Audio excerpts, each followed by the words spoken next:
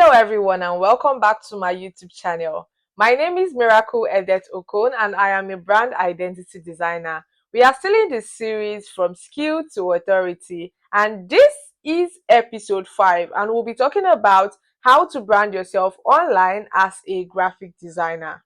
If you've not watched our previous episodes where I talked about pricing, contract, invoices and all of that, you need to go back to the link in the description box. If you've not subscribed to my YouTube channel, you need to go back and hit the subscribe button. And now let's get started. Everybody talks about being a graphic designer, but not everybody talks about the need to become a branded graphic designer.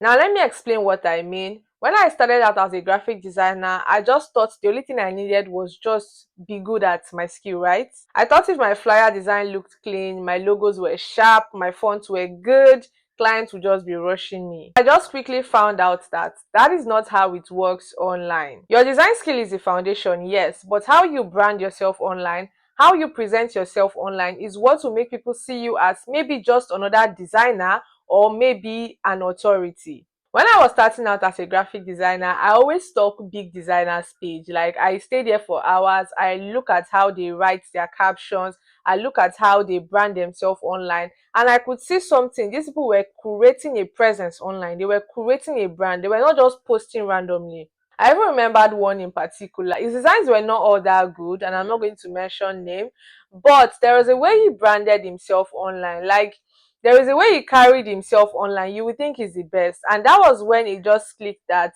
branding online is not about being the best in what you do, it's about being the one that is remembered. Branding online as a graphic designer does these three major things for you. I'm going to break it down. Number one is it gives you perception power.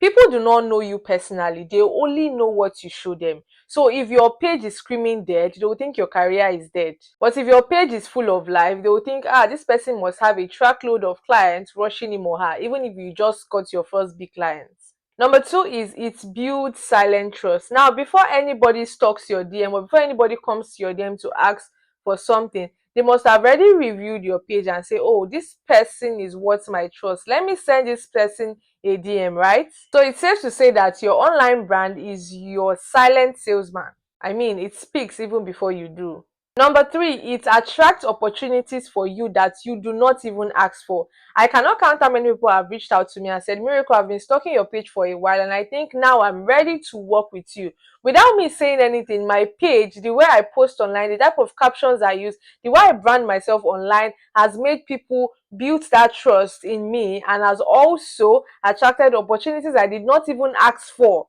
Now, let me give you this example. We have designer A and designer B. Let's say designer A posts one time in 3 weeks and he just posts DM me for jobs. Flyer design done with Photoshop. Flyer design done with CorelDRAW. Designer B posts maybe 3 times in a week with sweet captions, behind the scenes, the process. Like this designer B shares the thought process of their work and everything, how everything goes down. Both of them might have the same skill level, right? But who will be taken more seriously? It will be designer B, because while she shared behind the scenes and she's always consistent in posting, even if you're posting 2 times a week or 3 times a week, consistency also must be there so that your page will not look dead, right? So before you think of pricing yourself high, before you start asking where do I get clients, ask yourself, how do people see me online? Have I built that trust to that extent that people can say, oh, take my money and give me your service? What does my online presence says about me? Because whether you like it or not, your online presence is your number one CV. That is why in my next section, I'm going to take you on a deeper level of branding, which is your voice. How do you sound online? How do you write your captions? How do you communicate with your audience in order to build trust? Let's see that in section 2. Now listen, if your brand voice is DM me for jobs, let me be honest with you, your brand does not have a voice. And when you sound like everybody else, nobody hears you. When I was figuring out this branding online thing, as at the time I started, I didn't know much. So when I post my flyer designs, I'll just put them with caption, flyer design for a client, what do you think? Sometimes I'll even write there CNC, that is criticize and correct, right? Or sometimes I'll write flyer design done with Pixel Lab and all of that. I didn't know that those were not ways to attract clients. I didn't know that those were not ways to build my brand online as a graphic designer. I was not sharing my personality, no story, nothing that will make anybody just say, oh, I remember this girl. Because why? All my captions were just plain, no brand voice. Then one day I posted something different. I wrote a caption for a design I did. Like, I just thought about sharing the story behind the design, how the client reached out to me and told me, oh, I want this flyer design to actually attract young people to this youth program and everything. I shared the story, I shared the choice of font, I shared the choice of color, and sincerely that design or that post gave me like 10 times engagement of the previous engagement I always get.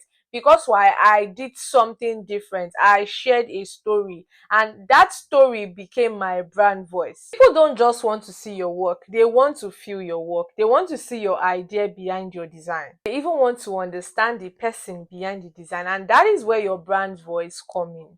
Brand voice is simply how you sound online, your personality, how people see you when you write your captions, the way people see you, the perception they have about you. Either when they see your captions, when they watch your videos, or even when they read your comments. That is your brand voice. Now, there are three main elements to a brand voice. Number one is your tone. Are you casual? Are you funny? Are you bold? For example, my tone is bold and challenging because I always want to challenge creatives to wake up, right? Number two is storytelling. Are you tying your designs around to a story? Or are you just posting designs? Or are you posting relatable stories that connect to people's real life experiences? Number three is consistency. Do you sound like one person today and you now sound like another person tomorrow? Because this thing also matters. Your voice should be recognizable even when somebody hasn't seen your name yet. Now, here are three steps for you to start finding your voice today. Number one is study yourself. What comes naturally to you when you talk? Are you funny? Do you use proverbs, or are you straightforward? That is your brand voice coming into you, right? Number two, practice it in your caption. Don't just write flyer design done. Tie a story to your captions. Do you understand? That is also your brand voice coming in. Number three, you have to stick with it. The more consistent you are with that particular tone, the more easy it is for people to recognize either your writings, your voice, or even your comments. Now, let me leave you with this. Your design shows your skill, but your voice shows your brand. Without a voice, your designs, your logo are just pictures floating on the internet. In section 3, we'll be talking about visual branding, how you look online. So let me tell you the truth. People judge you in seconds before they even start listening to you. And in the Nigeria we are, like in the country we find ourselves in, people judge you in a twinkle of an eye. You're being judged. The moment they click your profile, they already start asking themselves, is this designer worth my time? Is this designer worth my presence? And these things happens in a twinkle of an eye.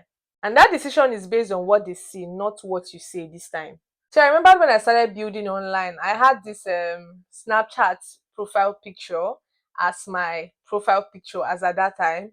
And sincerely, even with the kind of captions I was posting, you yourself, you will not even want to take me seriously, because who is this person that is even talking? Like, if you click on my profile picture, like it was one blonde girl like that was on low cut and everything.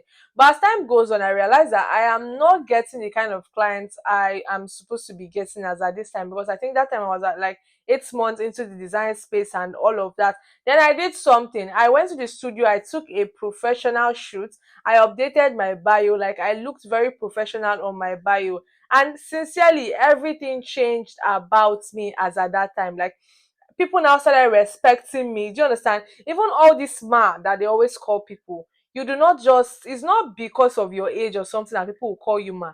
Most times it's because of how you appear online that people will call you ma. Do you understand it? It's not about your age or anything. Most times it's the way you appear, the way you show up online. That is what we call visual branding.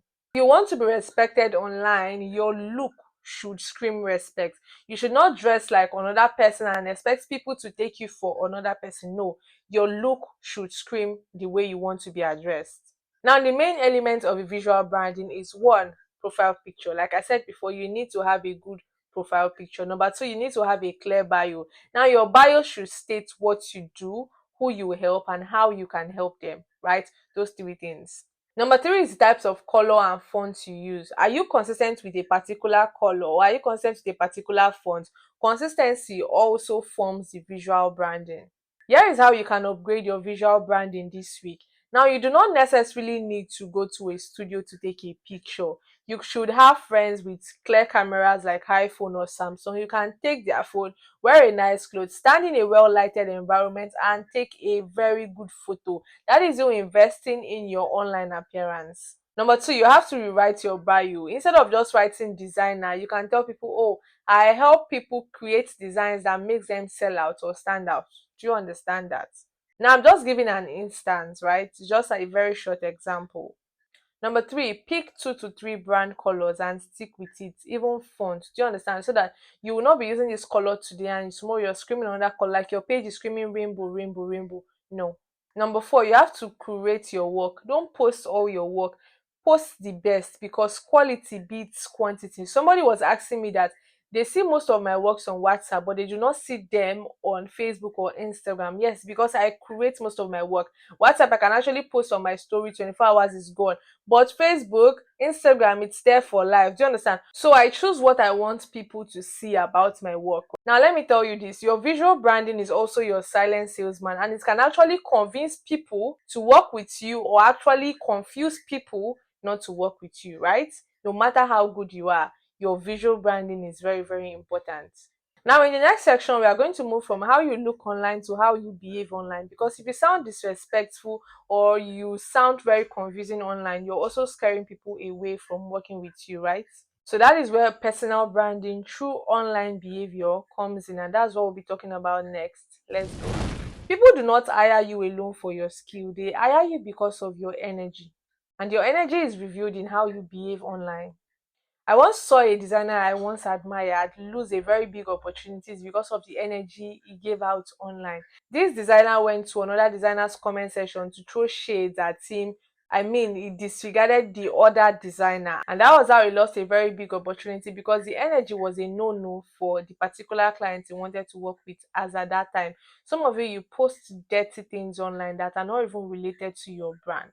Sincerely, the client actually that wanted to work with him reached out to me and said, I wanted to hire this person, but the way I saw him in that comment section, I do not think he is reliable. And I didn't say any word because he has already sold himself through his behavior online. And I'm not in the best position to actually say, oh, sir, you can still trust him because I do not know how he does his own business. Do you understand it?